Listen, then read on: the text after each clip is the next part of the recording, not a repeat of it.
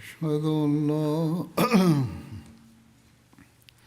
أشهد أن لا إله إلا الله وحده لا شريك له وأشهد أن محمدا عبده ورسوله أما بعد فأعوذ بالله من الشيطان الرجيم بسم الله الرحمن الرحيم الحمد لله رب العالمين الرحمن الرحيم مالك يوم الدين إياك نعبد وإياك نستعين اهدنا الصراط المستقيم صراط الذين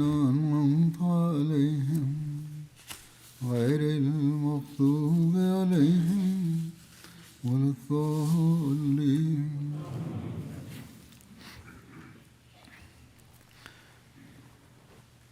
அல்லாஹ்வின் அருளால் நேற்று முதல் ரம்லான் தொடங்கியது.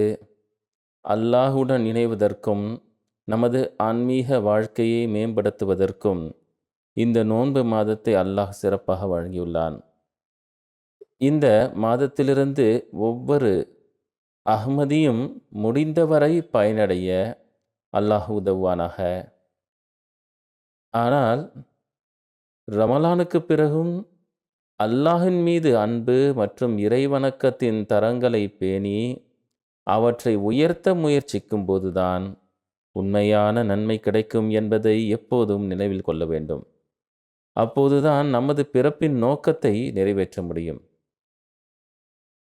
கடந்த சில ஜும்ஆவில் மாணவி ஸல்லல்லாஹு அலைஹி வஸல்லம் அவர்களின் இறை நேசம், இறை வணக்கங்களின் முறை, தரநிலைகள் மற்றும் அதை பின்பற்ற மூமின்களுக்கு வழங்கிய அறிவுரைகள் மற்றும் அறிவுறுத்தல்கள் பற்றி நான் உங்களுக்கு கூறி வருகிறேன். பின்னர் அன்னாரது உண்மை அடியார் அன்னாரது அழகான முன்மாதிரியை பின்பற்றிய சம்பவங்களை விவரித்தேன். எனவே இந்த கட்டுரை இன்னும் தொடர்கிறது. இன்றும் ரமலானுடன் தொடர்புடையதாக இருக்கும். ஹஸ்ரத்து வாக்களிக்கப்பட்ட மஸீஹ் அலைஹிஸ்ஸலாம் அவர்களின் வாழ்க்கை வரலாற்றிலிருந்து சில சம்பவங்களை நான் விவரிக்கின்றேன். இது அல்லாஹுடனான அன்னாரது உறவையும் பிரார்த்தனைகளையும் வெளிப்படுத்துகிறது. இது எல்லாம் வல்ல அல்லாஹ்வின் சிறப்பு அருளாகும். அவன் நம்மை எஜமானர் மற்றும் அடியாரின் இந்த இறை வணக்கங்கள் மற்றும் இறை நேசம் போன்றவற்றின் சம்பவங்களை கூறிய நிலையிலேயே நாம் ரமலானில் நுழைந்து விட்டதால் இந்த விஷயத்தில் நம்மை நாமே மறுபரிசீலனை செய்து கொள்ள வாய்ப்பு கிடைக்கிறது. மேலும் நமது நிலைமைகளை மேம்படுத்தி கொள்ள முடியும். எனவே நான் விவரிக்கும் அல்லது கூறி வரும் நிகழ்வுகளை நாம் ஒவ்வொருவரும் நம் ஆன்மீக நிலையை மேம்படுத்தவும் மறுபரிசீலனை செய்யவும் நமது எஜமானர் ஹஸ்ரத் முஹம்மது முஸ்தபா ஸல்லல்லாஹு அலைஹி வஸல்லம் மற்றும் அவரது உண்மை அடியார் அலைஹிஸ்ஸலாம் ஆகியோரின் வழிபாட்டு முறையாக இருந்த அல்லது அல்லாஹுடன் தொடர்புடைய வார்த்தைகள் மற்றும் செயல்களை பின்பற்ற முயற்சிக்க வேண்டும். இந்த நிகழ்வுகளை கேட்டு மகிழ்வது மட்டுமல்ல, அவை நமக்கு வழிகாட்டலாகவும் இருக்க வேண்டும். ஹஸ்ரத் மஸீஹ் மௌஊத் அலைஹிஸ்ஸலாம் அவர்கள் தொடர்பாக ஹஸ்ரத் மிர்சா பஷீர் அஹ்மத் சாஹிப் கூறிய சம்பவத்தை நான் முன்வைக்கின்றேன். அன்னார் மௌலவி முஹம்மது அப்துல்லா முட்டால்வி சாஹிபின் கூற்று எழுதியுள்ளார்கள். அதில் அவர் 1907 ஒரு முறை காசி ஜியாவுதீன் சாஹிபின் மகள் அமத்துல் ரஹ்மான் சாஹிபா, அவர் எனது உறவினராகவும் இருந்தார், பாட்டி வழியாக இருந்தார், எழுதப்பட்ட காகிதத்தை எனக்கு தந்தார். அது பார்க்கும் பொழுது வீணானதாக இருந்தது.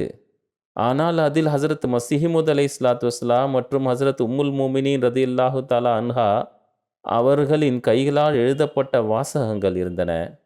ஆகையால் அதை நான் அருளுக்குரியதாக எண்ணி மிகவும் ஆர்வத்துடன் பெற்றுக்கொண்டேன். அதை பாதுகாத்து வைத்தேன். பிறகு கூறுகின்றார்கள், ஏதோ ஒரு நேரம் என்னிடமிருந்து எங்கோ அது தொலைந்து விட்டது. ஏதோ ஒரு புத்தகத்தில் அதை வைத்து விட்டேன். ஆனால் எவ்வாறு இருப்பினும் அதனுடன் தொடர்புடைய ஒரு சம்பவம் இருக்கின்றது. ஆனால் எப்படி இருந்தாலும் அமத்துல் ரஹ்மான் சாஹிபா அவர்களே எனக்கு விவரித்த ஒரு சம்பவம் இருப்பதால், ஆகையால் அதில் பகட்டு இல்லாமல் அந்த காகிதத்தில் வாசகம் எழுதப்பட்டிருந்தது. வெளிப்படையாக பார்க்கும் பொழுது அது வீணான காகிதம்தான். அதில் ஹசரத் மஸீஹ் மவ்ஊத் அலைஹிஸ்ஸலாம் அவர்களின் அல்லாஹுடனான உறவு, பற்று, தூய்மை மற்றும் இறைவணக்கத்தில் ஆர்வம் வெளிச்சத்திற்கு வருகிறது. அதனால்தான் அதை குறிப்பிடுவது அவசியம் என்று நான் கருதுகிறேன் என்று அவர்கள் கூறுகிறார்கள். அமத்துல் ரஹ்மான் சாஹிபா வாக்களிக்கப்பட்ட மஸீஹ் அலைஹிஸ்ஸலாம் அவர்களின் வீட்டில் இருந்த நாட்களாகும். அவர்கள் பார்த்ததை கூறுகிறார்கள். அவர்கள் என்னிடம் கூறினார்கள், ஒரு நாள் ஹசரத் மஸீஹ் மவ்ஊத் அலைஹிஸ்ஸலாம் மற்றும் ஹசரத் உம்முல் மோமினீன் ரதியல்லாஹு அன்ஹா அவர்கள் கண்களை மூடிக்கொண்டு காகிதத்தில் எழுத முடியுமா இல்லையா என்று ஒரு பரிசோதனை செய்ய விரும்பினர் என்று சொல்லுங்கள். இந்த சோதனை அவர்களுக்கு இடையேயானது. கணவன் மனைவி இடையேயான ஒரு குடும்ப சூழல் நடக்கிறது. எனவே அந்த காகிதத்தை எடுத்து ஹசரத் மஸீஹ் மவ்ஊத் அலைஹிஸ்ஸலாம் அதில் இந்த வாக்கியத்தை எழுதினார்கள். அது எனக்கு எழுத்துக்கள் நினைவில் உள்ளது. காகிதம் தொலைந்து போனாலும் நான் அதை நினைவில் வைத்திருக்கின்றேன். அது கிடைத்தாலும் அதில் எழுதப்படும் வார்த்தைகள் இவைதான் என்று நான் மிகுந்த நம்பிக்கையுடன் சொல்ல முடியும். மஸீஹ் மவ்ஊத் அலைஹிஸ்ஸலாம் அவர்கள் கண்களை மூடிக்கொண்டு எழுதியது என்னவென்றால், மனிதன் எப்போதும் இறைவனுக்கு அஞ்சி நடக்க வேண்டும். 5 முறை அவனிடம் துஆக்கள் செய்ய வேண்டும். எனவே அன்னார் எப்போதும் தம்மை பின்பற்றுபவர்களுக்கு பின்பற்ற அறிவுறுத்திய தரநிலை இதுதான். என்னை பின்பற்றுபவர்கள் அல்லது ஒவ்வொரு மூமினும் அல்லாஹ்வுக்கு அஞ்சி எப்போதும் இறை வணக்கத்தில் கவனம் செலுத்த வேண்டும் என்ற ஒரே எண்ணம் மட்டுமே அவர்களுக்கு எப்பொழுதும் இருந்தது. இருப்பினும் ஹசரத் அம்மாஜான் அவர்களும் இதில் எழுதியதும் நான் விளக்குவேன். இந்த எழுத்து சாதாரண வீட்டு விஷயங்களை பற்றியது. ஹசரத் அம்மாஜானின் எளிய வார்த்தைகள் என்னவென்றால், மஹமூத் என் அன்பு மகன், யாரும் அவரிடம் எதுவும் சொல்லக்கூடாது. பின்னர் மற்றொரு சொற்றொடர் குழந்தைகளை பற்றியது. முபாரக் அகமது பிஸ்கட் கேட்கிறார். எனவே இவை இருவர்களின் எழுத்துக்களாகும். எனவே இவை அவர்கள் எழுதிய சாதாரண வீட்டு விஷயங்கள் என்று அவர்கள் எழுதுகிறார்கள். பின்னர் ஹசரத் மஸீஹ் மவ்ஊத் அலைஹிஸ்ஸலாம் அவர்களின் எழுத்து உடைந்திருந்தது. ஆனால் அது உறுதியானது என்று அவர்கள் கூறுகிறார்கள். அவர் கண்களை மூடிக்கொண்டு எழுதியிருந்தாலும் அது இழுத்து நீட்டி எழுதியது போல் தோன்றியது. இருப்பினும் அது உறுதியானது மற்றும் கண்களை மூடிக்கொண்டு எழுதினாலும் படிக்கக்கூடியதாக இருந்தது. அதில் உள்ள வரி இடைவெளி மற்றும் எழுத்துக்களைப் போலவே சீரானது. ஒருவர் மற்ற எழுத்துக்களில் நேர்கோட்டு எழுதுவது போல அது சீரானது. அது ஒரு நேர்கோட்டு ஆகும். ஆனால் ஹசரத் உம்முல் மோமினின் எழுத்துக்கள் அவற்றின் இடத்திலிருந்து மேலும் கீழும் இருந்தன. வரி இடைவெளியும் சீரானது அல்ல. ஆனால் அதில் ஒரு சிறப்பு விஷயம் நன்றாக எழுதப்பட்டுள்ளது. அதை நான் எப்போதும் ரசிக்கிறேன். என் வீட்டில் அமர்ந்திருக்கும் போதும் கூட திடீரென்று சிந்திக்காமல் எழுத வேண்டி இருந்தது என்பது உண்மையில் ஒரு மகிழ்ச்சி. ஏதோ அது அறிவுரை வார்த்தைகளை தவிர வேறொன்றும் இல்லை. ஹசரத் உம்முல் மோமினின் வார்த்தைகள் சூழலுக்கு ஏற்ப அவரது மனதில் இருக்கும் அளவுக்கு இருந்தன. எனவே அவர் இதை மேலும் எழுதியுள்ளார். நபிக்கும் மற்றவர்களுக்கும் இடையே இருக்கும் வித்தியாசம் இதுதான் என்பது ஒரு உண்மை. மக்களை எல்லாம் அல்ல இறைவனிடம் எவ்வாறு நெருங்கச் செல்வது மற்றும் அவர்களில் இறை வணக்கத்தின் ஆர்வத்தை எவ்வாறு உருவாக்குவது என்பது அவரது இதயத்தில் ஒரு வேதனையாக இருந்தது. எனவே இது ஒரு எளிய வீட்டு சூழல் விஷயமாகும். ஆனால் இது மிகவும் ஆழமான பாடத்தை கொண்டுள்ளது. இதேபோல் ஹசரத் மிர்சா பஷீர் அஹமத் சாஹிப் மற்றொரு சம்பவத்தை விவரித்துள்ளார்கள். ஹசரத் சாஹிப் 1884 காதியானிலிருந்து வெளியே சென்று எங்காவது சில நாட்கள் சில்லா இருக்கவும் இந்தியாவை சுற்றி பார்க்கவும் முடிவு செய்ததாக மியா அப்துல்லா சாஹிப் சனோரி கூறினார்கள். எனவே அன்னார் குர்தாஸ்பூர் மாவட்டத்தில் உள்ள சுஜான்பூருக்கு சென்று தனிமையில் இருக்க முடிவு செய்தார்கள். இது தொடர்பாக மியா அப்துல்லா சாஹிப் கூறுகிறார்கள், ஹுசூர் அவர்கள் தனது சொந்த கையால் எழுதப்பட்ட ஒரு அஞ்சல் அட்டையை எனக்கு அனுப்பினார்கள். எனவே இந்த பயணத்திலும் தமது இந்தியா பயணத்திலும் உங்களுடன் வர வேண்டும் என்று நான் கேட்டுக்கொண்டேன். ஹுசூர் அவர்கள் ஒப்புக்கொண்டார்கள். ஆனால் பின்னர் ஹுசூர் அவர்கள் ஷுஜான்பூருக்கான பயணத்தை பற்றி இல்ஹாம் இறங்கியது, அதாவது உம்முடைய நோக்கம் ஹோஷியார்பூரில் நிறைவேறும். எனவே அன்னார் ஷுஜான்பூர் செல்லும் எண்ணத்தை கைவிட்டுவிட்டு ஹோஷியார்பூருக்கு செல்ல முடிவு செய்தார்கள். ஜனவரி 1886 அன்னார் ஹோஷியார்பூருக்கு செல்ல தொடங்கிய போது ஹுசூர் அவர்கள் எனக்கு ஒரு கடிதம் எழுதி காதியானுக்கு அழைத்து மியா அப்துல்லாவை மேலும் ஹோஷியார்பூரின் தலைவரான ஷேக் மெஹர் அலிக்கு ஒரு கடிதம் எழுதினார்கள். நான் 2 மாதங்களுக்கு ஹோஷியார்பூருக்கு வர விரும்புகிறேன். ஒரு வீடு ஏற்பாடு செய்யுங்கள். அது நகரத்திற்கு வெளியே இருக்க வேண்டும். மேலும் அது மாடி வீடாக இருக்க வேண்டும். 2 மாடி கட்டடமாக இருக்க வேண்டும். மேலும் ஊருக்கு வெளியில் வேண்டும். தன்னுடைய ஒரு வீடு, அது தவீலா என்ற பெயரில் பிரபலமாக இருந்தது. அதை காலி செய்தார்கள். ஹுசூர் அவர்கள் பெஹலியில் அமர்ந்து கொண்டு, அதாவது சிறிய வகை வாகனத்திற்கு இவ்வாறு கூறுவார்கள். அன்னார் பியாஸ் நதியை நோக்கி புறப்பட்டார்கள். நான் ஷேக் ஹாமித் அலி மற்றும் ஃபத்தேகானுடன் இருந்ததாக மியா அப்துல்லா சாஹிப் கூறுகிறார்கள். ஃபத்தேகான் ரசூல்பூரை ஒட்டியுள்ள ஹோஷியார்பூர் மாவட்டமான தாண்டாவில் வசித்து வந்தார். மேலும் அவர் அன்னாரின் தீவிர சீடராக இருந்தார். ஆனால் பின்னர் துரதிர்ஷ்டவசமாக அவர் மௌலவி முகமது ஹுசைன் பட்டாலவியின் தாக்கத்தின் கீழ் வந்து முர்த்ததாக மாறினார். அன்னார் அவர்கள் ஆற்றை அடைந்ததும் இதை கடக்க ஒரு படகில் ஆற்றை கடந்தார்கள். படகு பயணித்து கொண்டிருக்கும் போது அன்னார் அவர்கள் என்னிடம் உரையாற்றி, மியா அப்துல்லா, முழுமையானவரின் சவகாசம் ஒரு நதி பயணம் போன்றது. அதை கடக்கும் நம்பிக்கையும் மூழ்கும் பயமும் உள்ளது என்று கூறினார்கள். அதாவது ஒரு முழுமையான மனிதராக, கண்ணியமிக்கவராக, இறைவனின் நண்பனாக இருக்கக்கூடியவருடைய நெருக்கத்தில் வாழக்கூடிய மனிதனுக்கு 2 விதமான விளைவுகள் ஏற்படலாம். ஒன்று, அவர் தம்முடைய பாதையில் வெற்றியடையலாம். எவ்வாறு நாம் இந்த படகில் ஆற்றை கடக்கின்றோமோ அதே போன்று இது நம்மை மூழ்கடிக்கவும் செய்யலாம் கூறுகின்றார்கள். நான் அன்னாருடைய வார்த்தையை மேலோட்டமாக கேட்டேன். ஆனால் எப்பொழுது ஃபத்தேகான் முர்த்ததாக ஆனாரோ எனக்கு ஹுசூர் அவர்களுடைய கூற்று ஞாபகத்திற்கு வந்தது. இருப்பினும் வழியில் நாங்கள் ஃபத்தேகானின் கிராமத்தில் தங்கினோம் என்றும், மறுநாள் நாங்கள் ஹோஷியார்பூரை அடைந்தவுடன் ஹசரத் சாஹிப் தவீலாவின் மேல் வீட்டில் தங்கியதாகவும், எங்களுக்குள் எந்த சண்டையும் ஏற்படாமல் இருக்க எங்கள் மூவருக்கும் தனித்தனி பணிகள் ஒதுக்கப்பட்டன என்றும் கூறப்படுகிறது. எனது வேலை உணவு சமைப்பதும் சந்தையிலிருந்து பொருட்களை கொண்டு வரும் கடமை ஃபத்தேகானுக்கு வழங்கப்பட்டது. ஷேக் ஹாமித் அலியின் வேலை மேல் வீட்டில் வேலை செய்வதும் விருந்தினர்களை உபசரிப்பதும் ஆகும். இதன் பிறகு ஹஜரத் மஸீஹ் அலைஹிஸ்ஸலாம் அவர்கள் கையால் எழுதப்பட்ட பிரசுரம் மூலம் 40 நாட்களுக்கு யாரும் என்னை சந்திக்க வரக்கூடாது என்றும் யாரும் என்னை அழைக்கக்கூடாது என்றும் அறிவித்தார்கள். இந்த 40 நாட்கள் கடந்த பிறகு நான் 20 நாட்கள் இங்கேயே தங்குவேன். இந்த நாட்களில் சந்திப்பவர்கள் சந்திக்க வேண்டும், அழைக்க விரும்புபவர்கள் அழைக்கலாம், கேள்வி பதில்கள் கேட்பவர்கள் கேள்வி பதில் கேட்கலாம். கதவின் உள்ளே இருக்கும் சங்கிலியை எப்போதும் கட்டி இருக்க வேண்டும், அதாவது கதவு உள்ளே இருந்து பூட்டப்பட வேண்டும் என்று ஹசரத் சாஹிப் உத்தரவிட்டார்கள். மேலும் வீட்டில் உள்ளவர்கள் யாரும் என்னை அழைக்கக்கூடாது. நான் யாரையாவது அழைத்தால் அவர்கள் தேவையான அளவுக்கு என் வார்த்தைகளுக்கு பதிலளிக்க வேண்டும். மேல் அறையில் யாரும் என்னிடம் வரக்கூடாது. நீங்கள் தங்கியிருந்த மேல் தளத்திற்கு வேறு யாரும் வரக்கூடாது. எப்படி இருந்தாலும் பிறகு அன்னார் கூறினார்கள், என்னுடைய உணவை மேல் தளத்திற்கு கொண்டு வந்து தாருங்கள். ஆனால் நான் சாப்பிட்டேனா என்பதற்காக காத்திருக்க வேண்டாம். காலியான பாத்திரத்தை வேறு ஒரு நேரத்தில் கொண்டு செல்லுங்கள். என் தொழுகையை மேல்தளத்தில் தொழுவேன், ஏனென்றால் நான் சில்லா இருக்கின்றேன். ஆகையால் கீழே நீங்கள் தொழுது கொள்ளுங்கள். ஜும்மாவிற்கு அன்னார் கூறினார்கள், எவ்வாறு இருப்பினும் அது கடமையாகும். ஆகையால் ஏதாவது ஒரு வெறுமனே இருக்கக்கூடிய பள்ளிவாசலை தேடுங்கள். அது நகரத்தின் வேறு பக்கத்தில் இருக்கட்டும். அங்கு நாம் தனியாக சென்று தொழுது கொள்ளலாம். இந்த அடிப்படையில் நகரத்திற்கு வெளியே ஒரு தோட்டம் இருக்கின்றது. அதில் ஒரு சிறிய பள்ளிவாசல் வெறுமனே இருக்கின்றது. அங்கு ஜும்மா நாளன்று அன்னார் செல்வார்கள். நாங்கள் அங்கு தொழுவோம். குத்துபாவும் அன்னார் ஓதினார்கள்.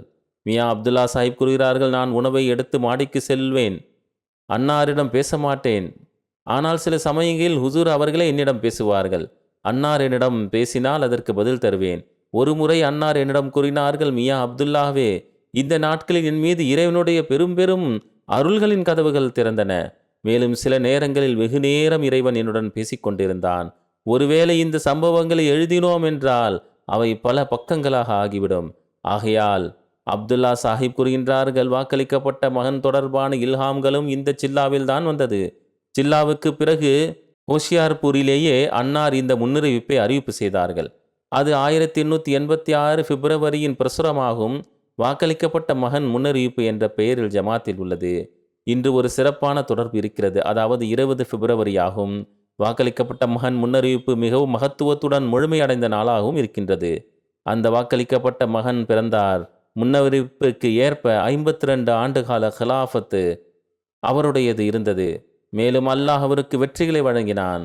அந்த அனைத்து முன்னறிவிப்புகளும் இல்லாமல் வாக்களிக்கப்பட்ட முன்னறிவிப்புகளும் அதில் இருந்தன. அவை அனைத்தும் ஹஜ்ரத் மிர்சா பஷீருத்தீன் மெஹமூத் அஹ்மத் மீது முழுமையடைந்தது. இந்த தொடர்ச்சியை நான் ஏன் கூறுகிறேன் என்றால், இந்த சம்பவங்கள் இன்றுதான் என்னுடைய பார்வைக்கு வந்தன. இல்லையென்றால் வேறு முன்பும் பின்பும் ஆகியிருக்கலாம். ஆனால் இறைவனுடைய நுட்பமான ஞானம் இதில் தான் இருக்கிறது. அதாவது இன்றைய நாளே வர வேண்டும், நானும் இதை அறிவிப்பு செய்ய வேண்டும். 20 பிப்ரவரி தொடர்பாக முஸ்லிமோது முன்னறிவிப்பு தொடர்பானது. அது இந்த சம்பவத்தின் பின்னணி எடுத்துரைக்கிறது. அதாவது எவ்வாறு அன்னார் அலைஹிஸ்ஸலாம் சில்லா இருந்தார்கள், மேலும் அன்னாருக்கு அங்கு நற்செய்திகள் வழங்கப்பட்டன. இதற்கான மாநாடுகள் இன்றைய நாட்கள் நடைபெறுகின்றன ஜமாத்திலும். மேலும் இதிலிருந்து வரலாறு தொடர்பாக நமக்கு தெரிய வருகிறது. MTA-விலும் நிகழ்ச்சிகள் வருகின்றன. அதிலிருந்தும் நாம் தெரிந்து கொள்கிறோம். அதை பார்க்க வேண்டும். எவ்வாறு இருப்பினும் கூறுகின்றார்கள், 40 நாட்கள் கடந்துவிட்டன. அதற்கு பிறகு அன்னார் அறிவிப்பு செய்வதற்கு ஏற்ப 20 நாட்கள் அங்கு தங்கினார்கள். அந்த நாட்களில் பல மக்கள் விருந்தும் கொடுத்தார்கள். பலர் மார்க்க ரீதியான கருத்து பரிமாற்றமும் செய்தார்கள். மேலும் வெளியிலிருந்து அன்னாரை அறிந்த மக்கள் சந்திப்பதற்காக வரவும் செய்தார்கள். இந்த நாட்களிலேயே முரளிதருடன் அன்னாருக்கு விவாதமும் நடந்தது. அது சுர்மச்சஷம் ஆரியாவில் பதிவு செய்யப்பட்டுள்ளது. 2 மாத காலம் நிறைவு பெற்றவுடன் ஹஜ்ரத் அவர்கள் திரும்பி இதே வழியில் காதியானுக்காக புறப்பட்டார்கள். ஹோஷியார்பூரில் இருந்து 5 மைல் தொலைவில் ஒரு பெரியாரின் கபர் இருந்தது. இங்கு வேறு ஒரு சம்பவம் எழுதப்பட்டுள்ளது. இந்த பயணத்தின் தருணத்தில் எங்கு தோட்டம் அமைக்கப்பட்டு இருந்ததோ அங்கு சென்றவுடன் ஹஜ்ரத் அவர்கள் சிறிது நேரம் வண்டியில் இருந்து இறங்கி வந்தார்கள்.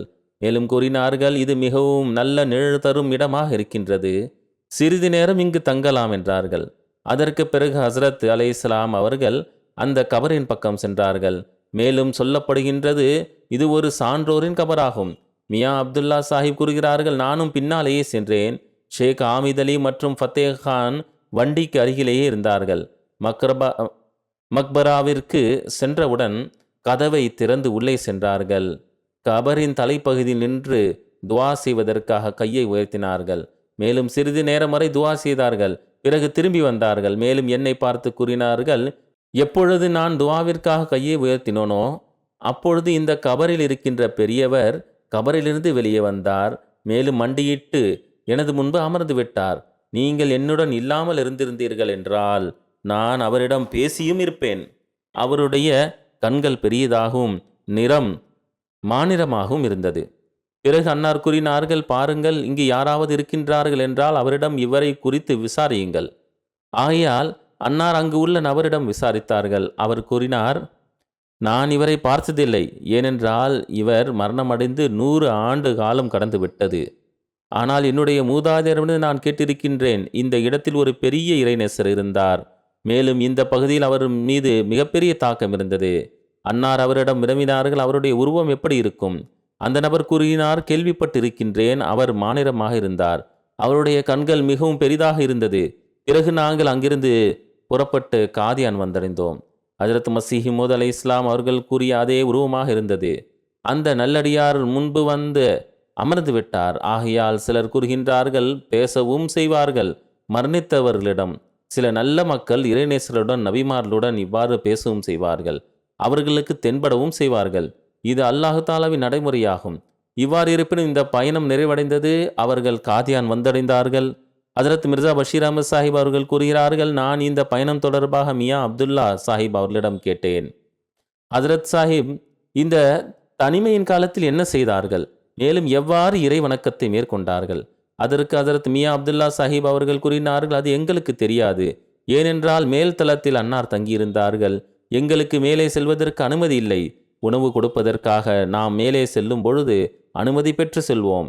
மியா அப்துல்லா சாஹிப் கூறுகிறார்கள், ஒரு நாள் நான் உணவை வைப்பதற்காக மேலே சென்றேன்.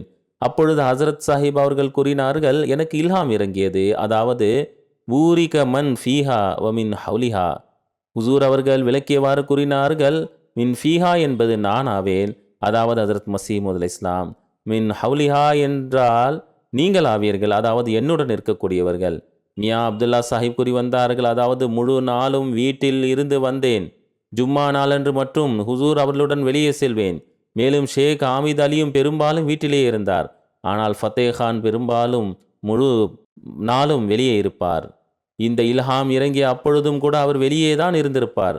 இது ஹசரத் மியா பஷீர் அஹமத் சாஹிப் அவர்களின் எண்ணமாகும். மியா அப்துல்லா சாஹிப் கூறி வந்தார்கள், அந்த நாட்களில் ஃபத்தேகான் ஹசரத் மசீமது அலை இஸ்லாம் அவர்கள் மீது எந்த அளவிற்கு உறுதி கொண்டிருந்தார் என்றால், எங்களுடன் பேசும்பொழுது கூறுவார், ஹசரத் சாஹிப் அவர்களை நான் நபி என்று எண்ணுகிறேன். மேலும் நான் அவருடைய இந்த பேச்சை கேட்டு பழைய பிரபலமான கொள்கையின் அடிப்படையில் பயந்தேன். அதாவது நபி எவ்வாறு வர முடியும், இனி நபி வர முடியாது அல்லவா? ஆனால் ஃபத்தேகான் அந்த காலத்திலும் அன்னார் மீது எந்த அளவிற்கு நம்பிக்கை வைத்திருந்தார் என்றால், அன்னார் அலைஹிஸ்ஸலாம் அப்போது நபி என்று கூறவும் இல்லை, அன்னார் பையத்தும் வாங்கவில்லை, எந்தவிதமான வாதமும் செய்யவில்லை. 3-4 ஆண்டுகளுக்கு முன்பு சொன்ன விஷயமாகும். ஆனால் எப்பொழுது அவருக்கு தடுமாற்றம் ஏற்பட்டதோ அவர் முர்த்ததாகிவிட்டார். ஆகையால் மனிதனுக்கு எப்பொழுதும் தன்னுடைய இறுதி நல்லதாக இருக்க வேண்டும் என்று துவா செய்து கொண்டே இருக்க வேண்டும். மேலும் தன்னுடைய ஈமானை உறுதியாக ஆக்குவதற்கு முயற்சிகளை மேற்கொள்ள வேண்டும்.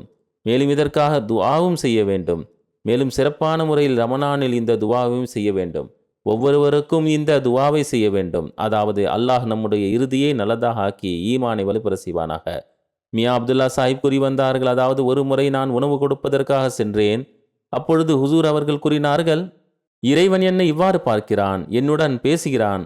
ஒருவேளை அதிலிருந்து சிறிதளவு நான் வெளிப்படுத்தினேன் என்றால் என்னை பின்பற்றக்கூடியவர்கள் உமக்கு தென்படுகின்றார்கள் அல்லவா? அவர்கள் அனைவரும் என்னை விட்டு சென்று விடுவார்கள். மேலும் அது அவ்வாறு தான் நடக்கவும் செய்தது. இந்த சில மக்கள் அன்னார் வாதம் செய்தவுடன் அன்னாரை விட்டு சென்றது மட்டுமல்லாமல் எதிர்க்கவும் செய்தனர். ஏனென்றால் இறைவன் இவ்வாறு பேசுவான் என்பதை இவர்கள் சிந்தித்து கூட பார்க்க முடியாது. இதேபோன்று அன்னாருடைய தொழுவது தொடர்பான ஒரு சம்பவம் இருக்கின்றது. சில மக்கள் தொழுகையினுடைய மார்க்க சட்ட விவகாரங்கள் தொடர்பாக பேசுகிறார்கள். எவ்வாறு கையை கட்டி தொழ வேண்டும், தொழுகையினுடைய பல்வேறு அசைவுகள் எவ்வாறு இருக்க வேண்டும் என்றெல்லாம் ஹஜ்ரத் மசீம் அலை இஸ்லாம் அவர்களுடைய இறைவணக்கங்கள், தொழுகையினுடைய நேரம் எவ்வாறு, இறைவணக்கம் எவ்வாறு செலுத்தினார்கள், தொழுகையை எவ்வாறு தொழுதார்கள், இது தொடர்பாக ஒரு சம்பவம் வருகிறது. மியா அலி முகமது சாஹிப் அவர்கள் ஹஜ்ரத் மசீமது அலை இஸ்லாம் அவர்களுடைய தொழுகையின் முறை பற்றி கூறுகின்றார்கள். ஒரு முறை ஹுசூர் அவர்களை சுன்னத் தொழுமாறு கண்டேன். அன்னார் தமது கைகளை தொப்புளுக்கு மேல் கட்டியிருந்தார்கள். வலது கையின் நடுப்பகுதி முட்டி வரை சென்றிருந்தது, மாறாக சிறிது பின்னாலே இருந்தது. சஜிதாவிற்கு செல்லும் பொழுது தம்முடைய 2 கைகளுக்கு நடுவே நெற்றியும் மூக்கும் பூமியில் வைத்தார்கள். விரல்கள் நேராக காபாவை பார்த்தவாறு இருந்தது. கைகள் நேராக இருந்தன. எப்பொழுது அன்னார் சஜிதாவிலிருந்து எழுவார்களோ அன்னாருடைய தலைப்பாகை தளர்வாக இருந்தது, பின்னால் சென்றுவிடும். அதை தம்முடைய விரல்களால் நேராக்கி வந்தார்கள். இவ்வாறு இருப்பினும் இந்த நடைமுறையை அவர்கள் எழுதியிருக்கின்றார்கள். சுன்னத்து தொழுகையை அன்னார் அக்ஸா பள்ளிவாசலில் தம்முடைய தந்தையாரின் கபருக்கு தெற்கு பகுதியில் நின்றவாறு தொழுவார்கள். மேலும் அதற்கு பிறகு ஃபர்ல் தொழுகை ஆரம்பமாகியவுடன் அதை மௌலவி நூர்தீன் சாஹிப் தொழ வைப்பார்கள். இதேபோல ஹஜரத் முகமது ஜமீல் சாஹிப் அவர்கள் அறிவிக்கின்றார்கள், பிளேக் நோய் முதலில் வெளிப்பட்ட நாட்களில் ஹஜரத் அக்தஸ் அலைஹிஸ்ஸலாம் அவர்கள் தோட்டத்தில் முகாமிட்டார்கள். அதாவது அவர்கள் தனது முழு குடும்பத்தினருடனும் அங்கு சென்றார்கள்.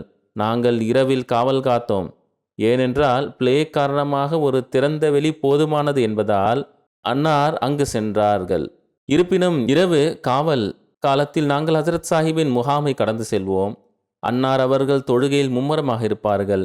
இறைவனுக்கு தான் தெரியும் அன்னார் எப்பொழுது உறங்குவார்கள் என்று. இதேபோல் ஹசரத் சௌத்ரி பாய் அப்துல் ரஹ்மான் சாஹிப் கூறுகையில், ஹசரத் அலை இஸ்லாம் அவர்கள் தஹஜத் தொழுகையை மிகவும் பணிவுடன் தொழுது வந்தார்கள். இதனால் சிறிய பள்ளிவாசலின் முன் உள்ள அறையில் கூட சத்தம் கேட்கும். இஹ்தின சிராத்தல் முஸ்தகீமை மீண்டும் மீண்டும் ஓதுவது ஹுசூர் அலை இஸ்லாம் அவர்களின் தொடர் பழக்கமாக இருந்தது. அல்லாஹ் எப்போதும் நம்மை சரியான பாதையில் வைத்திருக்க இந்த பிரார்த்தனையும் நாம் செய்து கொண்டே இருக்க வேண்டும். ஹசரத் மாஸ்டர் நசீர் ஹுசைன் சாஹிப் அன்னாரது தஹஜத் தொழுகையின் தன்மை விவரிக்கும் போது, ஒரு முறை ஜேலம் செல்லும்போது லாகூரில் என் தாத்தா ஹசரத் மியான் ஜலாலுதீன் சாஹிப்பின் முபாரக் மன்சில் வீட்டில் நாங்கள் தங்கினோம் என்று எழுதுகிறார்கள். ஹசரத் மசீமு அலை இஸ்லாம் அவர்கள் இங்கே இரவை கழித்தார்கள். ஹசரத் அலை இஸ்லாம் ஒரு அறையில் தூங்க இடம் ஏற்பாடு செய்யப்பட்டது. நான் அதே அறைக்கு வெளியே வாசலுக்கு அருகிலுள்ள முற்றத்தில் தங்கினேன். நான் இரவு 3 மணியளவில் விழித்தெழுந்த அறைக்குள் ஹசரத் தொழுகையை கண்டபொழுது ஹசரத் அலை இஸ்லாம் அவர்கள் தொழுது கொண்டிருந்தார்கள். நானும் முழு செய்து ஹசரத் அலை இஸ்லாம் அவர்களுக்கு பின்னால் சிறிது தூரத்தில் தொழத் தொடங்கினேன். ஹசரத் அலை இஸ்லாம் அவர்கள் செய்தது போல நிற்கவோ குனிந்து வணங்கவோ அல்லது சஜிதா செய்யவோ மிகவும் முயற்சித்தேன். ஆனால் என்னால் முடியவில்லை. 2 ரக்கத்துகளில் நான் மிகவும் சோர்வடைந்தேன். மேலும் ஹுசூர் அவர்கள் நான் இணைந்த அதே ரக்கத்தில் இருந்தார்கள். அதாவது அன்னார் தொழ தொடங்கிய ரக்கத்தில் சேர்ந்தேன். அன்னார் தொழுது கொண்டிருந்த 2 ரக்கத்துகளும் இன்னும் கியாமில் இருந்தன. அவர் கூறுகிறார், நான் சோர்வடைந்து விட்டேன். நான் தொழுகையை விட்டுவிட்டு என் சொந்த தொழுகையை தொழத் தொடங்கினேன் என்று கூறுகிறார். இது தம் எஜமானை பின்பற்றுவதில் அன்னார் நிறைவேற்றிய இறை வணக்கத்தின் ஒரு எடுத்துக்காட்டாகும்.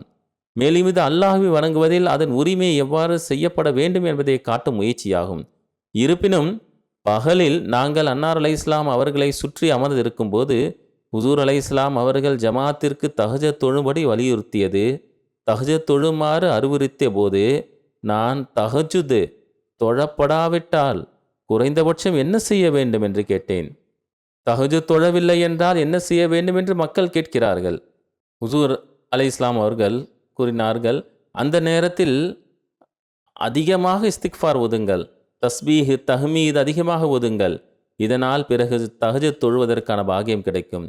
இப்போது அன்னார் கற்பித்த இந்த பிரார்த்தனைகள் தஹஜத்திற்கு மாற்றாக மாறும் என்பதற்காக அல்ல, மாறாக அவை நமக்கு தஹஜத் தொழும் திறனை தரும் என்பதற்காகவே. ஹஜரத் மிர்சா பஷீர் அஹமத் சாஹிப் அவர்கள் எழுதியுள்ளார்கள், நான் தஹஜத் தொழ தவறும் போது கணிப்பு என்னவென்றால் மிர்சா பஷீர் சாஹிப் உடையதாகும் அல்லது அறிவிப்பாளரதாகும்.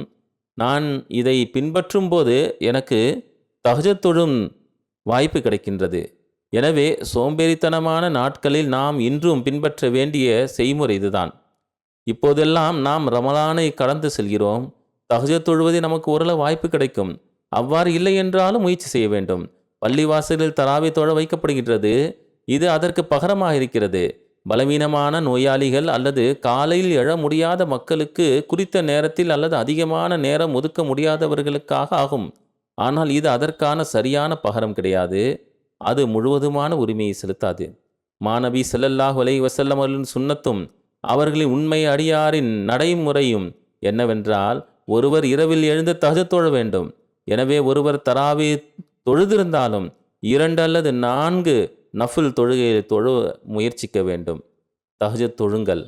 இதேபோல் ஹசரத் ஹைருத்தீன் சாஹிப் அவர்கள் கூறுகின்றார்கள், வசந்த காலத்தில் காலை 8 மணி அளவில் ஹசரத் மசீம் அலை இஸ்லாம் அவர்கள் காதியானிலிருந்து பேனிக்கும் காதிராபாத்திற்கும் இடையிலான சாலையில் நடந்து செல்ல புறப்பட்டார்கள். இது சடக்கு என்றும் அழைக்கப்படுகிறது. காதியானின் நிலத்தில் எல்லையில் 2 நஃபில் தொழுதார்கள். பின்னர் எங்கள் கிராமத்தை கடந்து காதியானுக்கு திரும்பினார்கள். அதாவது நடைபயணத்தின் போது கூட அன்னார் இறை வணக்கத்தில் கவனம் செலுத்தினார்கள். அன்னார் அலை இஸ்லாம் அவர்கள் காதியானுக்கு உள்ளேயும் வெளியேயும் நஃபில் மற்றும் தொழுகையை நிறைவேற்றியுள்ளார்கள். இப்போது காதியானில் வசிப்பவர்கள் மீது பணி உள்ளது. எனவே அதன் புனிதத்தை கருத்தில் வைத்துக் கொள்ளுங்கள். மேலும் இந்த ஊருடைய உரிமையை செலுத்தியவாறு உங்களுடைய இறை வணக்கத்தின் தரத்தை உயர்த்துங்கள். ஹஜரத் மலிக் நியாஸ் முகமது சாஹிப் அவர்கள் கூறுகையில், 1904ஆம் ஆண்டு நான் காதியானுக்கு சென்றபோது ஹஜரத் மசீம் அலை இஸ்லாம் அவர்கள் கரம்தீன் வழக்கு விசாரணையின் போது குர்தாஸ்பூருக்கு வருகை தந்தார். நானும் அங்கு சென்றபோது ஹஜரத் ஃபரூக் ஒரு குளத்திற்கு அருகில் ஒரு வீட்டில் இருந்தார்கள். ஜமாத் உறுப்பினர்கள் அங்கே தங்கினர். லங்கர்கானாவும் அதன் பகுதியில் இயங்கிக் கொண்டிருந்தது. நீதிமன்ற அறையில் ஹஜரத் அலை இஸ்லாம் அவர்களுக்காக ஒரு கமலம் விரிக்கப்பட்டிருந்தது.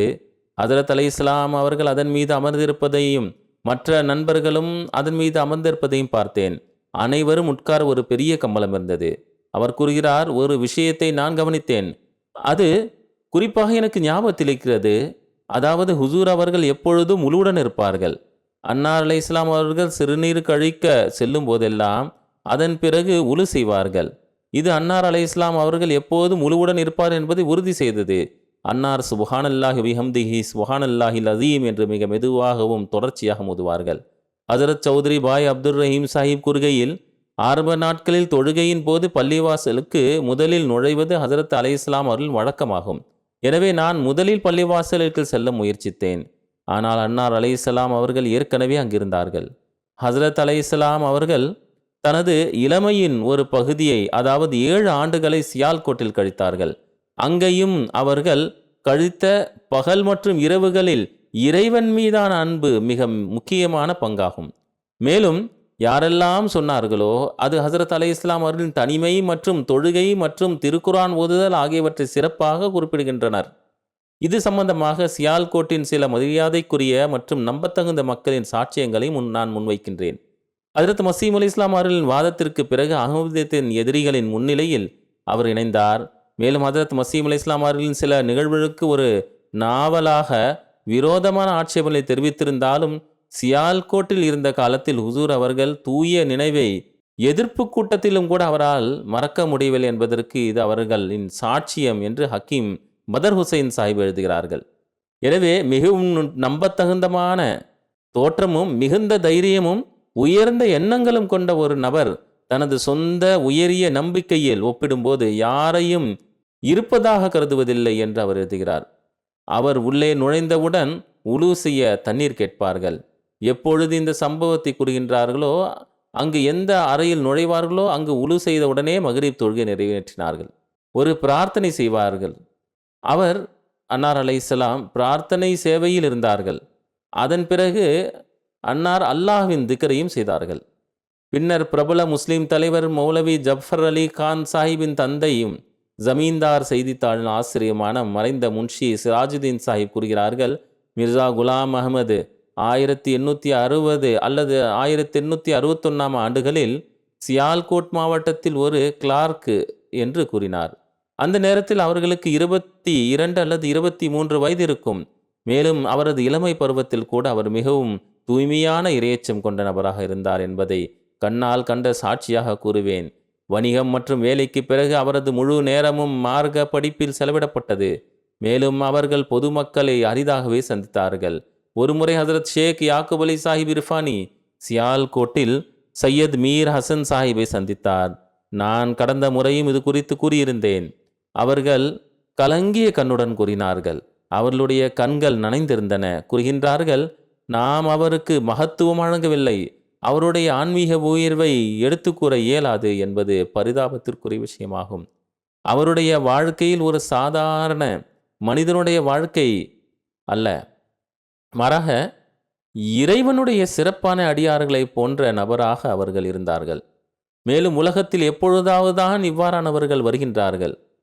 ஒரு சம்பவமும் இருக்கின்றது. ஒரு சாதாரண கிராமவாசி, அவருக்கு கூட எவ்வாறு ஹசரத் மசீஹ் மவ்ஊத் அலைஹிஸ்ஸலாம் அவர்களின் ஒளியை கண்டறியும் வாய்ப்பு கிடைத்தது. அது அல்லாஹுடன் நேசம் கொண்டவர்கள் மேலும் தூய்மையானவர்களுடைய முகத்தில் வெளிப்படும் ஒளியாகும். ஹசரத் மிர்சா பஷீர் அஹமத் சாஹிப் அவர்கள் எழுதுகிறார்கள், அதாவது ஹசரத் அம்மாஜான் அவர்கள் கூறினார்கள், அவர்களிடம் ஹசரத் மசீம் அலைஹிஸ்ஸலாத்து வஸ்ஸலாம் அவர்கள் கூறிய விஷயமாகும். ஒரு முறை ஒரு வழக்கு தொடர்பாக டல்ஹவுசி மலைக்கு சென்று கொண்டிருந்தேன். வழியில் மிக அதிகமாக மழை பொழிந்தது. நானும் என்னுடன் இருந்தவரும் குதிரை வண்டியிலிருந்து இறங்கினோம். மேலும் ஒரு மலைவாழ் மனிதரின் வீட்டின் பக்கம் சென்றோம். அது பாதையில் இருந்த வீடாகும். என்னுடன் இருந்தவர் முன்னால் சென்று வீட்டின் உரிமையாளரிடம் உள்ளே செல்வதற்கான அனுமதி வேண்டினார். ஆனால் அவர் தடுத்து விட்டார். ஒரு சிறிய அறைதான் அங்கு இருக்கும். ஏழைகளின் வீடு அவ்வாறு தான் இருக்கின்றது.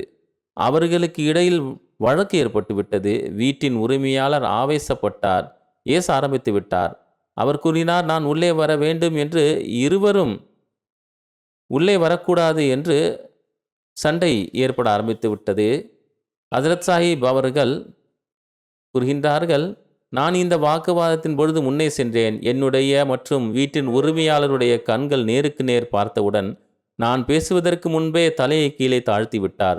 மேலும் கூறினார், அசல் விஷயம் என்னவென்றால், என்னுடைய ஒரு இளம் வயது மகள் இருக்கின்றார்.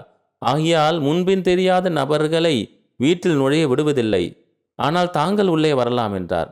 ஹசரத் சாஹிப் கூறுகிறார்கள், அவர் ஒரு அறியாத நபராவார். எனக்கும் அவரை தெரியாது, மேலும் அவருக்கும் என்னை தெரியாது. அசல் விஷயம் என்னவென்றால், இறை ஒளி அது நேர்மை மற்றும் இறை வணக்கத்தின் அடையாளமாகும். அது அன்னாருடைய முகத்தில் தென்பட்டது. ஆகையால் அவர் கூறினார், தாங்கள் உள்ளே செல்லலாம். வல்லமை மிக்க இறைவனின் இருப்பு எப்பொழுதும் அன்னாரது பார்வையில் இருந்தது. எந்த பணியானாலும் அன்னாரை இறைவனை நினைவு கூறுவதிலிருந்து விலக்கி வைப்பதில்லை. எனவே இதே முன்மாதிரியை நாங்கள் வழக்குகளிலும் பார்த்திருக்கின்றோம். நான் முன்பு சம்பவத்தை விவரித்திருந்தேன். இது போன்ற ஒரு நெருக்கடியான நேரத்தில் ஒரு வழக்கு விசாரிக்கப்படும் போது தொழுகைக்கு ஏற்பாடு செய்வதும் நிர்வகிப்பதும் ஒரு கடினமான விஷயமாகும். ஆனால் அன்னார் அலைஹிஸ்ஸலாம் அவர்கள் இறைவனின் அன்பில் மிகவும் நம்பிக்கையுடனும் தன்னலமற்றவராகவும் இருந்ததால் வழக்கு நீதிமன்றத்தின் முன் உள்ளது. அழைப்பு எந்த நேரமும் இருக்கலாம், அழைப்பவர் எந்த நேரத்திலும் அழைக்கலாம். ஆனால் தொழுகைக்கான நேரம் வந்தவுடன் அன்னார் நீதிமன்றத்தின் அழைப்பை விட்டுவிட்டு தாம் இல்லாததால் ஏற்படும் இழப்புகளை பற்றி சிறிதும் கவலைப்படாமல் இறைவனின் சந்நிதியின் அழைப்புக்கு பதிலளித்து அதன் முன் ஆஜராவார்கள். அனைவரும் நினைவில் கொள்ள வேண்டிய முக்கிய விஷயம் இதுதான். எல்லா நேரங்களிலும் தொழுகைக்கு முன்னுரிமை அளிக்க வேண்டும். இதுவே ஒரு மூமினின் சிறப்பியல்பு மற்றும் முன்மாதிரியாகும். அன்னார் அலைஹிஸ்ஸலாம் அவர்கள் இதை தங்கள் எஜமானரிடம் இருந்து கற்றுக்கொண்டு அதை பின்பற்றி இந்த முன்மாதிரியை நமது முன் வைத்துள்ளார்கள். ஹஜ்ரத் ஷேக் யாக்கூப் அலி சாஹிப் இர்ஃபானி அவர்கள் இந்த நிலையை மிக அழகாக விவரித்துள்ளார்கள். இந்த தொடர் வழக்குகள் மிக நீண்டதாகவும் சில வழக்குகளை தலைமை நீதிமன்றம் வரை அன்னாருக்கு பின்பற்ற வேண்டியிருந்ததாகவும் இருந்தது. அவர்கள் எழுதுகிறார்கள், இந்த வழக்கை வரலாற்றை படிப்பவர்களுக்கு ஹஜ்ரத் மிர்சா சாஹிப்பின் வாழ்க்கையின் இந்த பகுதியை பற்றி தெரியப்படுத்தும் போது நான் அவர்களின் கவனத்தை ஈர்க்க விரும்புவது அல்லாஹுடனான அவரது தொடர்பை பற்றியது என்றும் அவர் எழுதுகிறார். ஹஜ்ரத் சாஹிப்பின் துணையுடன் இருந்து அவரது வார்த்தைகளை கேட்க வாய்ப்பு கிடைத்தவர்கள் அல்லது வெளியிடப்பட்ட இந்த உரைகளை படித்தவர்கள் ஹஜ்ரத் மிர்சா சாஹிப் எப்போதும் தனது கைகளாலும் இதயத்தாலும், அதாவது கைகள் பணி செய்து கொண்டிருந்தன, உள்ளம் நினைவு கூறி கொண்டிருந்தன, இறைவனை நினைவு கூறுவதில் மும்மரமாக இருக்கின்றார் என்பதை அறிவார்கள். மேலும் அவர்களுக்கு அதே வழியில் அறிவுறுத்தினார்கள். வழக்குகளில் வழக்கின் நடைமுறை பொதுவாக கவனிக்கப்பட்டது. வாதியாக இருந்தாலும் சரி, பிரதிவாதியாக இருந்தாலும் சரி, பதட்டமான நிலையிலும் அமைதியின்மையிலும் அவ்வாறான சூழல் இருந்தாலும் சரி. ஆனால் மிர்சா சாஹிப் வழக்குகளை பின்தொடர் சென்றபோது அவரது இயல்பில் எந்த பதட்டமோ பீதியோ இல்லை. அவர்கள் முழு சுதந்திரத்துடனும் கண்ணியத்துடனும் உள்ளம் நேசத்திற்குரியவனுடன் கவனத்துடன் இருந்தார்கள். இந்த தொடர் வழக்குகள் தனது தந்தைக்கு கீழ்ப்படிதல் என்ற கடமையை நிறைவேற்றுவதற்காக மட்டுமே என்றாலும் இந்த வழக்குகளின் போது அவர் ஒருபோதும் தொழுகையை காலதாமதமாக்கவில்லை. இதனால் அல்லாஹ்வின் உரிமைகளுடன் தொடர்புடைய கடமைகளை அவர்கள் கவனக்குறைவுடன் நிற்கவில்லை. தொழுகையின் போது நீதிமன்றத்தில் வேறு எந்த வேலையும் இல்லாதது போல் அவர் அதே வழியில் மும்மரமாக இருப்பார்கள். பின்னர் அவர் நீதிமன்றங்களிலிருந்து இந்த வழியில் அழைக்கப்பட்ட சம்பவங்களை எழுதியுள்ளார்கள். சில நேரங்களில் இது நடந்தது, ஆனால் அவர்கள் அதை பொருட்படுத்தவில்லை. பின்னர் வழக்குகளை பின்தொடரும் இந்த பயணங்களில் கூட அன்னார் ஒவ்வொரு கணமும் கவனத்துடன் உலகங்களை படைத்த ரப்புல் ஆலமீன் இருப்பிடம் மட்டுமே இருந்தது. அன்னாருக்கு சூரியன் உதிப்பதிலும் இரவு வானத்தில் பிரகாசிக்கும் சந்திரனையும் நட்சத்திரங்களையும் விழும் நீர்வீழ்ச்சிகளையும் அருவிகளையும் உயர்ந்த மலைகளையும் பாயும் நீரையும் அசையும் வயல்வெளிகளையும் பறவைகளின் கீச்சிடும் ஓசைகளிலும் இடி மின்னல் சத்தங்களிலும் ஒரே இருப்பின் பிம்பங்கள் தென்பட்டன. அதாவது இறைவனுடைய ஒவ்வொரு பொருளிலும் அன்னாருக்கு இறைவனுடைய வல்லமையே தென்பட்டது. எல்லா இடங்களிலும் இந்த உண்மையான நேசத்திற்குரியவன் வெளிப்பாட்டை காணலாம். அவர் சந்திரனை பார்க்கும்போது மிகவும் உதவியற்றவராக இருந்தால் அதற்கு காரணம் அதில் கூட நேசத்திற்குரியவன் சில தடயங்களை காணலாம். சூரியனின் ஒளியில் அதன் அலைகள் தெரியும். மேலும் அதன் வேலியில் காட்சி ஒவ்வொரு நட்சத்திரத்திலும் தெரியும். அழகை வெளிப்படுத்துகிறது. ஒவ்வொரு அழகான கண்ணும் அவரை காட்டுகிறது. ஒவ்வொரு கூந்தலை பின்னக்கூடிய கைகள் கூட அதே ஏக இறைவனின் பக்கம் நோக்கி செல்கிறது. அவன் ஒவ்வொரு பூவையும் ரோஜாவையும் தனது அழகு மற்றும் கருணையின் தோட்டத்தில் நறுமணத்தால் நறுமணப்படுத்துகின்றான். நீங்கள் அதை மிக அழகாக விவரிக்கின்றீர்கள். உண்மை என்னவென்றால் அன்னார் அலைஹிஸ்ஸலாம் அவர்கள் இந்த வழக்குக்கு சென்றதுதான் உண்மை என்று அவர்கள் கூறுகிறார்கள். ஆனால் உண்மையில் இந்த பயணங்களின் போது மக்களின் அனைத்து சச்சரவுகளும் தீர்க்கப்பட்டன. இந்த சூழ்நிலையை பற்றி அன்னார் எழுதியுள்ளார்கள். ஏற்கனவே டல்ஹவுசிக்கு பயணம் செய்தபோது நடந்த சம்பவத்தை விவரித்தது போல, நீர்வீழ்ச்சிகளும் மலைகளின் பசுமையான வயல்வெளிகளும் எவ்வளவு அழகாக இருக்கின்றன என்று சாலையின் காட்சிகளை பார்த்த பிறகு அதையே சொன்னார்கள். எனவே இந்த ஒரு இருப்பில் அழியாத தன்மை மற்றும் மனநிறைவு இருந்தது. அது ஒவ்வொரு கணமும் அன்னார் மீது வெளிப்பட்டது. அது பகலாக இருந்தாலும் சரி, இரவாக இருந்தாலும் சரி, தனிமையாக இருந்தாலும் சரி, பொதுவில் தோன்றினாலும் சரி, இந்த உண்மையான நேசத்தின் நினைவு அன்னாரது இதயத்திலிருந்து ஒருபோதும் அழிக்கப்படவில்லை. ஹஜ்ரத் மிர்சா பஷீர் அஹமத் சாஹிப் அவர்கள் கூறுகையில், ஹஜ்ரத் மசீமது அலை இஸ்லாம் அவர்கள் கூறினார்கள், ஒரு முறை நான் அல்லாஹ்விடமிருந்து அறிந்தேன் அல்லது எனக்கு சொல்லப்பட்டது என்று என் தாயார் என்னிடம் கூறினார். சுபஹானல்லாஹ் வபிஹம்துல்லாஹ் சுபஹானல்லாஹில் அஸீம் என்று மிகவும் அதிகமாக ஓத வேண்டும். அம்மாஜான் கூறுகிறார்கள், அதனால்தான் அன்னார் அதை அடிக்கடி ஓதி வந்தார்கள். இரவில் படுக்கையில் திரும்பும்போது கூட இந்த வார்த்தை அன்னாரது நாவில் இருக்கும். ஹஜ்ரத் மிர்சா பஷீர் அஹமத் சாஹிப் அவர்கள் கூறுகையில், நான் இந்த சம்பவத்தை மௌல்வி ஷேர் அலி சாஹிபிடம் கூறிய போது ஹஜ்ரத் மசீஹ்மூத் அலை இஸ்லாம் அவர்கள் சுப்ஹானல்லாஹ்வை அதிகமாக ஓதுவதையும் நான் கண்டிருக்கின்றேன் என்றும், ஹஜ்ரத் மிர்சா பஷீர் அஹமத் சாஹிப் அவர்கள் ஹஜ்ரத் மசீஹ்மூத் அலை இஸ்லாம் அவர்கள் எப்போதும் சுப்ஹானல்லாஹ்வை ஓதுவதை நான் கேட்டிருக்கின்றேன் என்றும் கூறினார். அவர் இந்த வார்த்தைகளை மிக மெதுவாகவும் அமைதியாகவும் தனது நாவில் மென்மையாகவும் அல்லாஹ்வின் பண்புகளை பற்றி சிந்திப்பது போலவும் திரும்ப திரும்ப சொல்வார்கள். பின்னர் ஹசரத் மிர்சா பஷீர் அஹமத் சாஹிப் அவர்கள் எழுதியுள்ளார்கள், பீர் சிராஜுல் ஹக் சாஹிப் நூமானி என்னிடம் ஹசரத் சாஹிப்பின் தூக்க நிலை எவ்வாறு இருந்தது என்றால், சிறிது நேரத்திற்கு பிறகு அவர் விழித்தெழுந்து மெதுவாக தனது வாயிலிருந்து சுப்ஹானல்லாஹ் சுப்ஹானல்லாஹ் என்று ஓதத் தொடங்கி பின்னர் தூங்கிவிடுவார்கள். ஹசரத் ஷேக் யாக்கூப் அலி சாஹிப் இர்ஃபானி எழுதுகிறார்கள், ஹசரத் மசீமு அலை இஸ்லாம் அவர்கள் தனது எஜமானரும் அருளாளருமான ஹசரத் நபி ஸல்லல்லாஹு அலைஹி வஸல்லம் அவர்களின் வழியிலும் பின்பற்றுதலிலும் தனிமையையும் தனித்து இருத்தலையும் விரும்பினார்கள். இது அன்னாரது கட்டுப்பாட்டில் இருந்தால் ஒருபோதும் வெளியே வரமாட்டார்கள். இதை அன்னார் தனது உரைகளிலும் எழுத்துக்களிலும் பலமுறை வெளிப்படுத்தியுள்ளார்கள். எனவே அன்னாரது தனிமை, அன்னாரது நுட்பமான இயல்பு மற்றும் தனிமை இயல்பில் வலுவான தாக்கத்தை ஏற்படுத்திய போது, இறை உத்வேகத்தால் அல்லாஹ்விடம் முழுமையாக ஈர்க்கப்பட்ட போது, அன்னார் அலை இஸ்லாம் தனது தந்தைக்கு ஒரு கடிதம் எழுதினார்கள். இந்த கடிதத்தை படித்தால் அன்னார் அலை இஸ்லாம் அவர்கள் எப்படி தனது சிறு வயதிலேயே இந்த உலகத்தை வெறுத்தார்கள், அல்லாஹ்வுடனான தனது உறவை வலுப்படுத்துவதில் அக்கறை கொண்டிருந்தார்கள் என்பதை காட்டுகிறது. அவரது இளமை பருவத்தில் எழுதப்பட்ட இந்த கடிதம் அவரது தூய இயல்பு மற்றும் தூய குணத்தின் ஒரு பகுதியாகும். இந்த கடிதம் பாரிச மொழியில் உள்ளது. அதன் ஒரு பகுதியை நான் விவரிக்கின்றேன். அன்னார் தமது தந்தைக்கு எழுதினார்கள், இந்த நாட்களில் நான் என் கண்களால் பார்த்து கொண்டிருக்கின்றேன். நான் மிகுந்த கவலையுடன் பார்த்து கொண்டிருக்கின்றேன். ஒவ்வொரு ஆண்டும் எல்லா நாடுகளிலும் பிரதேசங்களிலும் ஏதோ ஒரு கொள்ளை நோய் வருவதை நான் கவனித்து வருகிறேன். இது நண்பர்களை நண்பர்களிடமிருந்தும் அன்பிற்குரியவர்களை அன்பிற்குரியவரிடமிருந்தும் பிரிக்கிறது.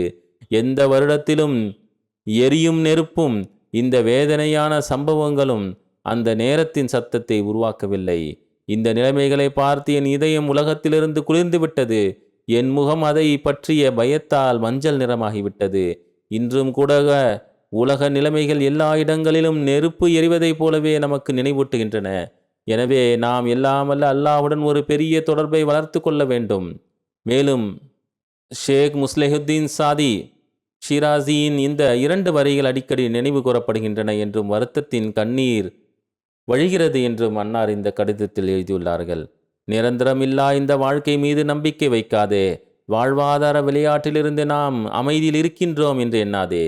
நிலையற்ற வாழ்க்கையை நம்பி இந்த வாழ்வாதார விளையாட்டால் நம் வாழ்க்கையை ஒருபோதும் இழக்கக்கூடாது. நீங்கள் நிம்மதியாக இருப்பதாக நினைக்கின்றீர்கள். அவ்வாறு நினைக்காதீர்கள். நாம் உலகில் விழுந்து பாதுகாப்பாக இருக்கின்றோம் என்று நினைக்காதீர்கள். பின்னர் அன்னார் எழுதுகின்றார்கள், இந்த 2 வரிகளான ஃபரஹ் காதியானி.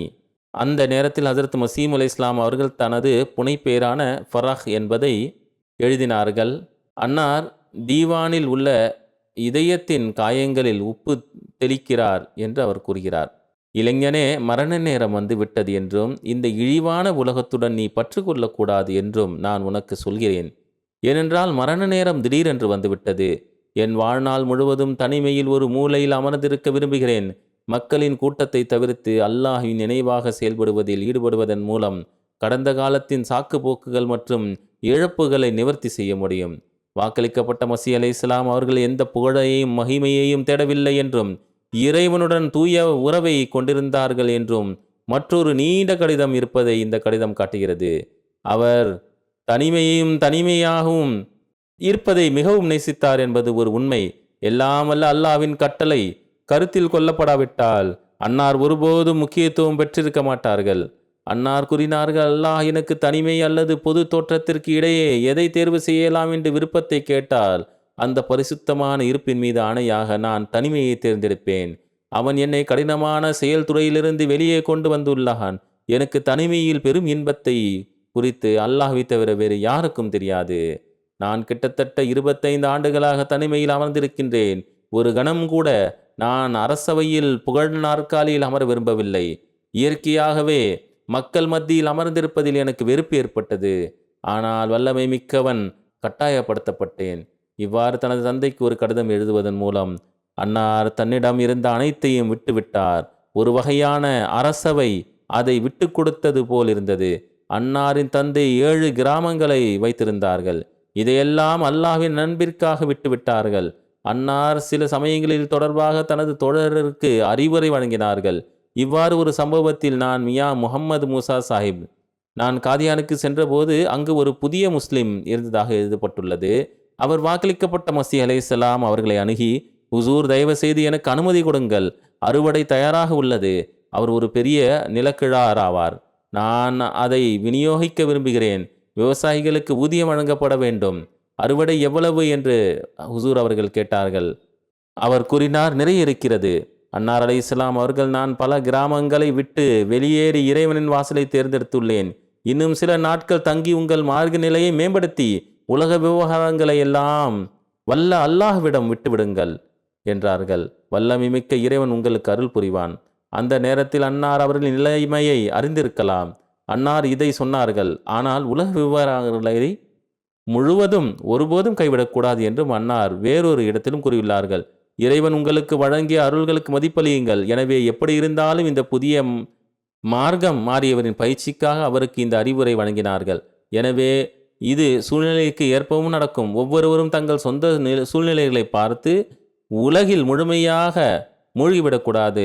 உலக உரிமைகளும் இழக்கப்படும் அளவுக்கு அவர்கள் உலகத்தை துறந்துவிடக்கூடாது. எனவே இஸ்லாத்தின் நடுநிலையான போதனை உள்ளது. ஒருவர் அதை ஏற்றுக்கொண்டு செயல்பட வேண்டும். ஆனால் ஒரு விஷயத்தை எப்போதும் நினைவில் கொள்ள வேண்டும், அல்லாஹ்வை ஒருபோதும் விட்டுவிடக்கூடாது. இந்த அடிப்படையில் எப்பொழுதும் கவனத்துடன் இருப்பது அவசியமாகும். அன்னாரது அன்பு மற்றும் வழிபாட்டின் சில அம்சங்கள் இன்று நான் விவரித்தேன்.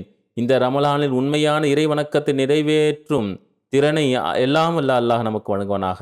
மேலும் அல்லாஹ் தன்னுடைய நேசத்திலும் நம்மை முன்னேற்ற வாய்ப்பை நல்குவானாக. இதன் மூலமாக நாம் உண்மை அதிகமாக ரமலானுடைய அருள்களிலிருந்து பயனடைந்து கொண்டே செல்வோமாக. மேலும் இந்த அருள் பிற்காலத்திலும் நம்மீது நிலைத்திருக்கட்டுமாக. எல்லாமல்ல அல்லாஹ் நம்மை உண்மையான மூமின் மற்றும் ஒரு முஸ்லிமின் அடையாளமாக ஆக்குவானாக. இந்த நாட்களில் குறிப்பாக சிரமங்களிலும் பொய் வழக்குகளிலும் சிக்கி தவிக்கும் அகமதிகளுக்காக நிறைய துவாக்களை செய்யுங்கள். அகமதி சகோதரர்களுக்கு எல்லாமல்ல அல்லாஹ் எளிமையை ஏற்படுத்தி தருவானாக. மேலும் உங்கள் பிரார்த்தனைகளில் முஸ்லிம் உம்மத்தை நினைவில் கொள்ளுங்கள். உலகம் அழிவிலிருந்து காப்பாற்றப்படவும் பிரார்த்தனை செய்யுங்கள். எல்லாமல்ல அல்லாஹ் அப்பாவி மக்களை அவர்களின் தீமையிலிருந்து பாதுகாக்கட்டும். போரும் அழிவும் விதிக்கப்பட்டால் எல்லாமல்ல அல்லாஹ் எப்போதும் அப்பாவைகளை அதிலிருந்து பாதுகாத்து அடக்குமுறையாளர்களை பிடிப்பானாக.